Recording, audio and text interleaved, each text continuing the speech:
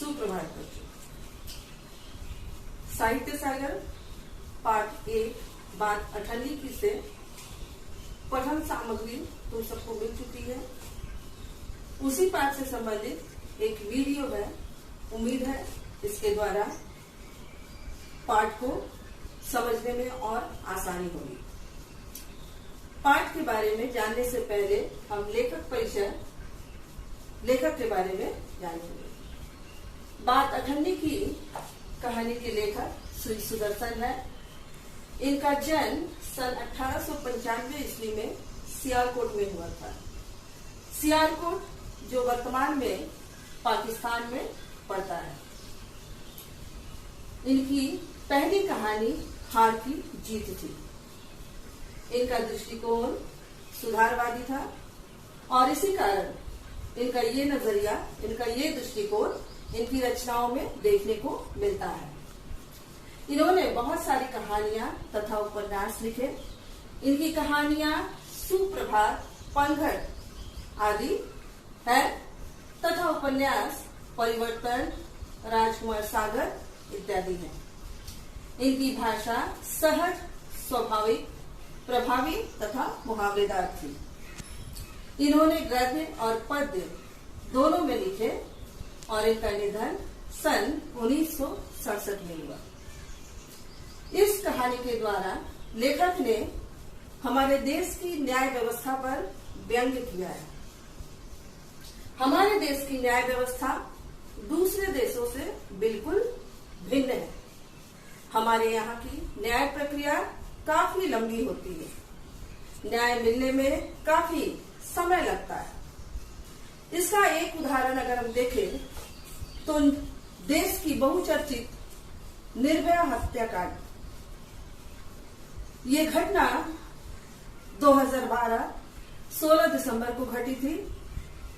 इस घटना के खिलाफ पूरे देश में प्रदर्शन हुआ था। लोगों के मन में आक्रोश था। लोग चाहते थे कि इस घटना को अंजाम देने वाले अपराधियों को पकड़ा जाए और उन्हें कड़ी से कड़ी सजा दी जाए। फलस्वरूप ये हुआ कि घटना के आरोपी कुछ ही दिनों में पकड़े गए और उन्हें हिरासत में ले लिया गया। उनकी पेशी हुई और उनका अपराध साबित भी हो गया और उन्हें मृत्यु दंड की सजा सुनाई गई। परंतु वो सजा उन्हें लगभग 7.25 वर्षों के पश्चात 20 मार्च 2020 को मिली। ये घटना हमें ये बताती है कि यहाँ न्याय मिलने में या न्याय की प्रक्रिया काफी लंबी होती है। बरसों लग जाते हैं। कभी कभी निर्दोष व्यक्ति को भी सजा मिल जाती है और कभी कभी अपराधी, मुजरिम सबूतों के अभाव में या फिर पैसे तथा प्रभाव के कारण स्वतंत्र घूमते हैं। 2003 में घटी झारखंड की एक महत्वपूर्ण घटना थी। धनबाद में सोनाली मुखर्जी के ऊपर एसिड अटैक हुआ था। उस पर तेजाब से हमला हुआ था। उस घटना को अंजाम देने वाले 3 आरोपी काफी दिनों के बाद पकड़े गए और जिसमें से 2 अपराधी 4 महीने के बाद ही जमानत पर रिहा हो गए।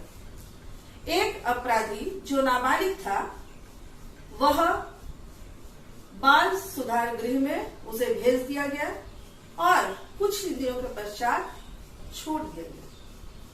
ये घटना हमें इस बात को सोचने पर मजबूर करती है कि क्या इस तरह के शातिर अपराधी का समाज में खुले रहना, समाज में स्वतंत्र होकर घूमना सही है? क्या ऐसा माना जा सकता है कि इस तरह के अपराधी फिर इस तरह के अपराध नहीं करेंगे? इसी प्रकार देश में ऐसे छोटे बड़े कई अपराधी हैं जो बेखौफ होकर घूमते रहते हैं। कहानी के द्वारा लेखक ने इसी समस्या को बतलाने की कोशिश की है। इसी हमारे देश के इसी न्याय व्यवस्था पर सवाल उठाया है, प्रश्न चिन्ह खड़ा किया है। इसके अलावे पाठ के द्वारा, कहानी के द्वारा लेखक ने समाज में व्याप्त रिश्वतखोरी जैसे भ्रष्टाचार के मुद्दे की ओर भी पाठकों का ध्यान आकर्षित करवाया है।